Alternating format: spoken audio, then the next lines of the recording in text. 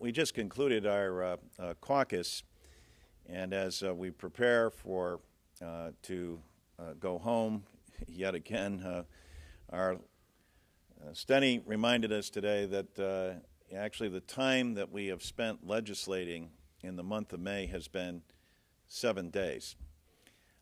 And with so much at stake here in Washington, D.C., most notably the need for a jobs bill, close to 500 days without a jobs bill, and the number of pressing issues that come before us.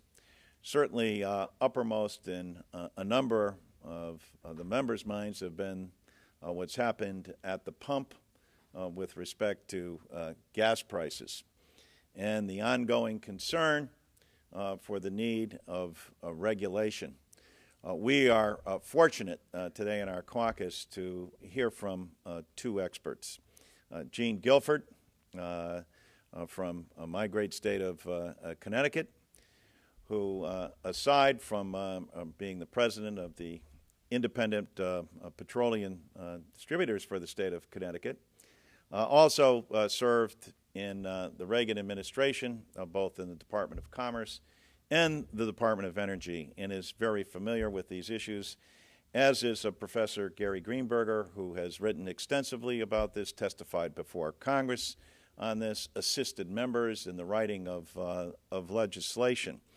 We're going to have them address you this morning, and then the Vice Chair will speak as well.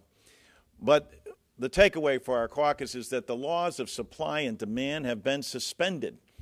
They no longer exist. And what's taken over is speculation.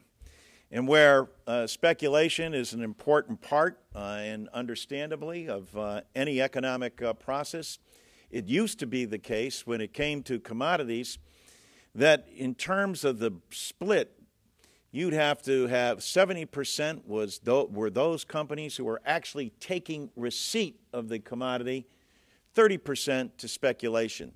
That has completely turned around so that it's now 70% speculation and 30% where people are taking into receipt the actual commodity.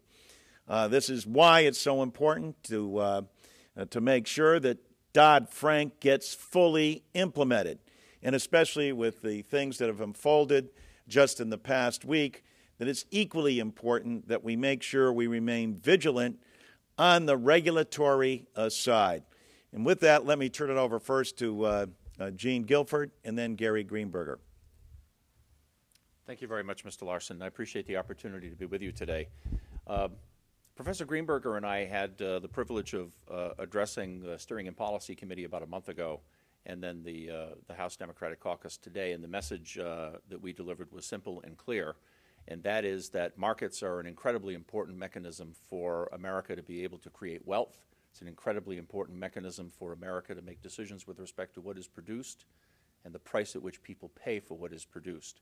But when markets are distorted, when markets are manipulated by purely financial interests who have no interest whatsoever in delivering anything to a market or taking delivery from a market, anything tangible, their sole purpose is to merely place casino bets on the movement of financial instruments, then what they end up doing is artificially inflating the cost of food and energy to the American people. It's one of the things that Dodd-Frank was designed to restrain. The Commodities Futures Trading Commission did put a position limits rule in place. The financial services industry filed suit against the Commodities Futures Trading Commission to prevent that rule from going into effect. Had that rule been allowed to go into effect, and had the rest of the rules that the CFTC is supposed to put into effect got put on the books, we would see a dramatically different picture with respect to food and energy prices. So Congress cannot undermine the budget of the Commodities Futures Trading Commission. It's an incredibly important means for our government to enforce a very important law. We can't get amnesia about what happened in the last 4 years. This caucus understands very clearly what's happened in the last 4 years. Trillions of dollars of national wealth have been wiped out. Millions of people have lost their jobs. Trillions of dollars in diminution of home values. We've been through an incredibly painful economic period, which we are only now beginning to emerge from. And the practices that Wall Street has engaged in, that have distorted and artificially increased the price of food and energy is what needs to be restrained. And I was proud to join with Professor Greenberger today to deliver that message to this caucus, and I want to thank the caucus for their stalwart support in making sure that Dodd-Frank is adequately funded at the CFTC and SEC, and that it is strongly supported in the House, because we cannot afford to have it repealed. Professor Michael Greenberger. Thank you, Mr. Larson. Thank you, Gene, as well. Gene and I have worked side by side for many years on this issue. First of all, the Democratic caucus is to be congratulated. Their leadership is to be congratulated. Mr. Larson and Mr. Becerra are to be congratulated. Not only have they lent a sympathetic ear to those of us fighting for the American consumer, but they understand this problem and have fought shoulder to shoulder with us to give the American consumer a fair break, whether it be gasoline or whether it be bread.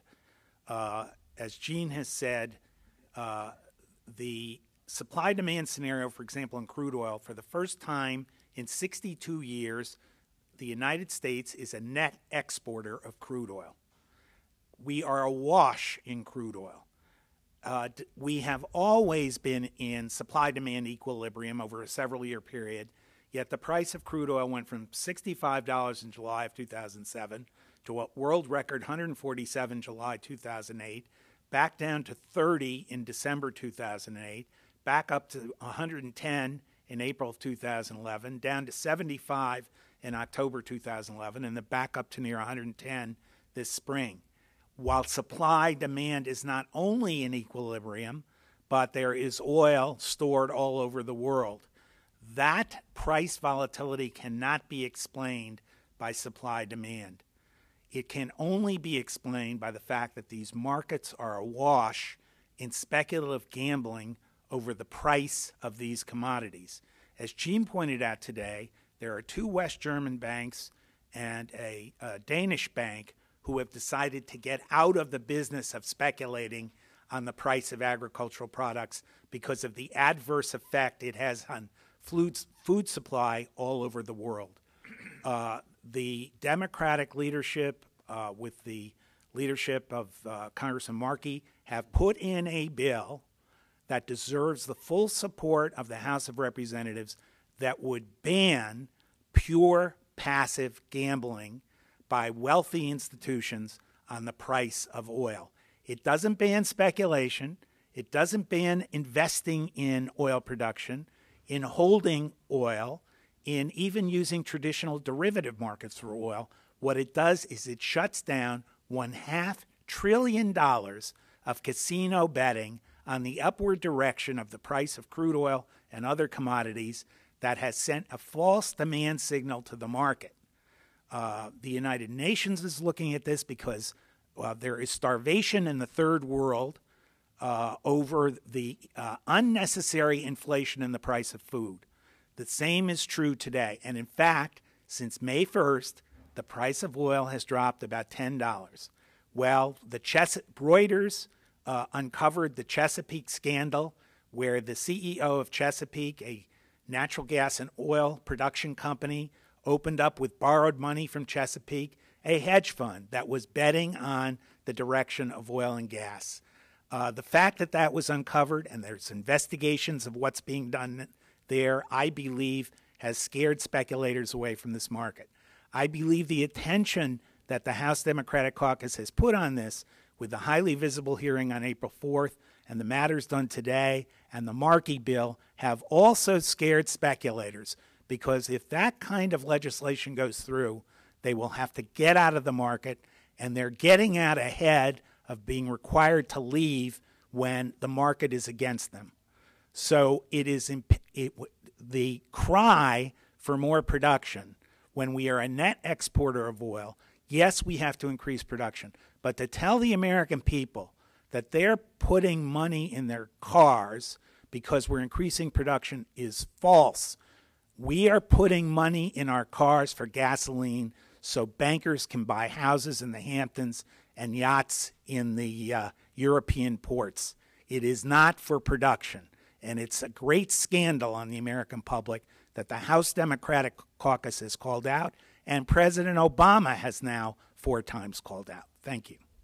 Xavier. let me join with Chairman Larson in thanking both Gene Guilford and Professor Michael Greenberger for having come once again to discuss with members of Congress this dark speculation that's occurring and driving prices of gasoline so high. There are consequences.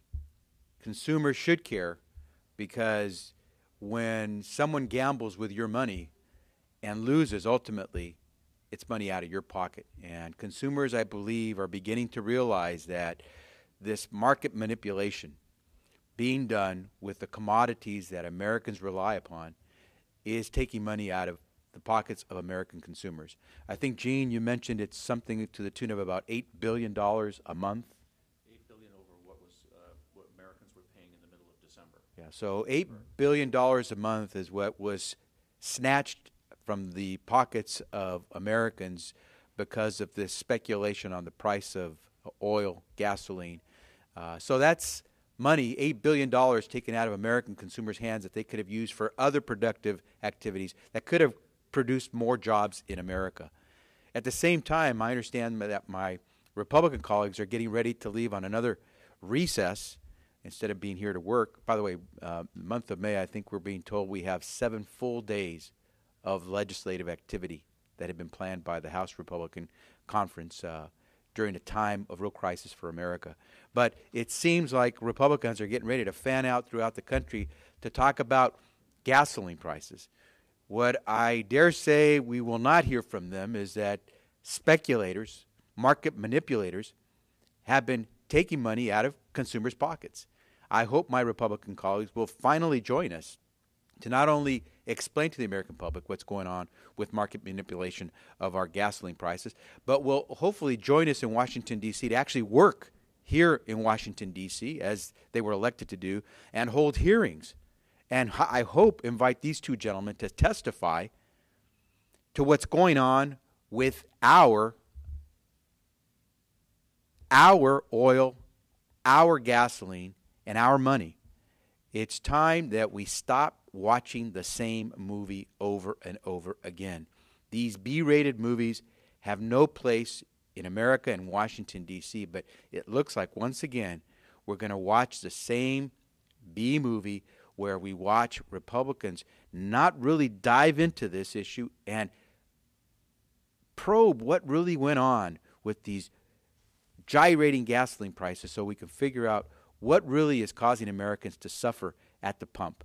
And I hope that with regard to the budget, we don't watch again the same rerun where, once again, like before, we saw House Republicans take us to the brink of shutting down essential government services, shutting down those public programs and services that Americans rely on to get their way, to extort the things that they want, or to, once again, for the first time in our nation's history last year, we almost watched the American government default on its past obligations. We hope that we don't see, once again, Republicans cause the U.S.'s credit rating to suffer as a result, and we will see. But we've seen this B-rated movie before. We hope we don't see it again.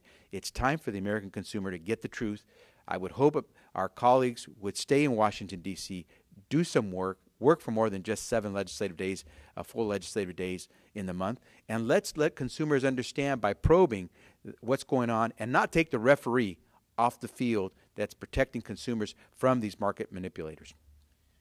Thank you, Javier. I'm often asked by our constituents, come on, break this down for us. What does this mean? Gene Guilford relays, I think, what is the best anecdote on this. Having an administrative assistant who works for him, a single mother raising 2 children, who in December of this year was filling up her tank for roughly around $35, going to $70. And just that cost differential, in spite of the fact of the finally passing the tax break that we did on to people, that very tax break that she was receiving was entirely consumed by the money that she had to put in her gas tank. And so she was not able to, she found herself in a worse situation, and who profited from that? At a time when the laws of supply and demand are suspended. I want to commend Professor Michael Greenberger and also Gene Guilford for their outstanding testimony on 2 occasions. We hope that the Republicans will have them back, and we plan on doing a road trip of our own with respect to energy, the economy, and putting America back to work. And fundamentally, it always starts with fairness with the American people. And I think from both of these outstanding sources, we've seen that we need to shine a bright light on what's going on in the field of speculation and have the accountability that we expect should come from Dodd-Frank, and make sure that we're beefing up the CFTC so that we can continue to get the kind of transparency and get the kind of regulation that's required. With that, we'll take a couple of questions, especially if you have them, of our 2 experts. Congressman Kyron said he believes there should be a national policy on legalizing same-sex marriage. I wanted to start the first one with President Obama's approach. I was wondering if that was the sentiment of the caucus. Well, we didn't take up the matter in the caucus, but I think the sentiment of the caucus is with the president, and clearly, there are always views that may differ slightly in approach, and people's views do evolve. But I think the sentiment of the caucus is with the President of the United States and his courageous announcement. Speaker Boehner said yesterday that he would require cuts equal to the next increase in the debt limit. Paul Ryan said yesterday that he anticipates the way of getting through the lame duck session is probably likely going to be through a short-term 6-month package where they get you into the 2013 year, and the next administration or the same administration could deal with the problems then. What do you guys see happening in the lame duck? Do you guys anticipate having to do a short-term extension of these kind of things to be able to get through until 2013? Well, we noticed that both John Boehner and Mitch McConnell and Paul Ryan all seem to think that the only way that we can get there is through cuts. And what we've heard from economic experts is that what we need is balance, especially as we're working our way through this very difficult recession. And part of that balance is a sense of fairness that has got to come from making sure that we're casting a bright light on what's happening in the area of speculation, and that we have the kind of regulation that we anticipate and the fairness that Dodd-Frank will bring, or that further investigations will reveal through the Attorney General's office as well. But I think Democrats continue to believe, and Chris Van Hollen will be outlining that for us, that we need the kind of balanced approach that will allow us to continue to grow this economy and yet deal with the deficit. And clearly, and most evidently, what we feel most strongly about is that we ought to be taking up the President's jobs bill. Because if there's one thing that's crystal clear to every American, it's this: that job creation equals deficit reduction. And if we are able to lower the jobless rate to below 6%, that takes care of the third of the deficit and allows the growth to occur. It seems that in this Congress, people are more content to propose things to defeat President Obama than to move the nation forward. Javier, I don't know if you wanted to. I think it's difficult to trust the House Republican leadership when they have broken their own agreement and they have walked away from their commitments on more than one occasion, as we saw how this year they are breaking the agreement that they reached with the President last year to avoid that default on the nation's past debts. So it's tough to understand how we should now interpret the words of Speaker Boehner. I guess President Reagan said it best: trust but verify. And we're going to have to figure out a way to be able to verify where the Republican House leadership will go, because I think none of us believes that the way to run, whether it's the smallest business on Main Street or the largest economy in the world, that you should do this in fits and starts through 60-day budgets, 90-day budgets. The last thing you want to do is try to operate an economy this large by giving people predictability for just 30, 60, 90 days. And so I hope that what we find is that the House Republicans will get to work to do what they're supposed to do, working with the minority and the Democrats, and that's pass a budget and stop using threats and brinksmanship and holding Americans hostage to try to get your social agenda across the finish line. If we could just sit down, put all those social agenda issues out the door, deal with the budget, there is no reason why Congress can't complete its work the way we should. Every American gets up in the morning, goes to work, does what he or she is responsible for. Members of Congress get elected to help this economy move forward and have the government run. There's no reason why Republicans and Democrats can't sit together and do a real budget instead of these short-term hiccuping budgets that never take us anywhere except down a path of economic doom. And so let's get to work. Thank you very much.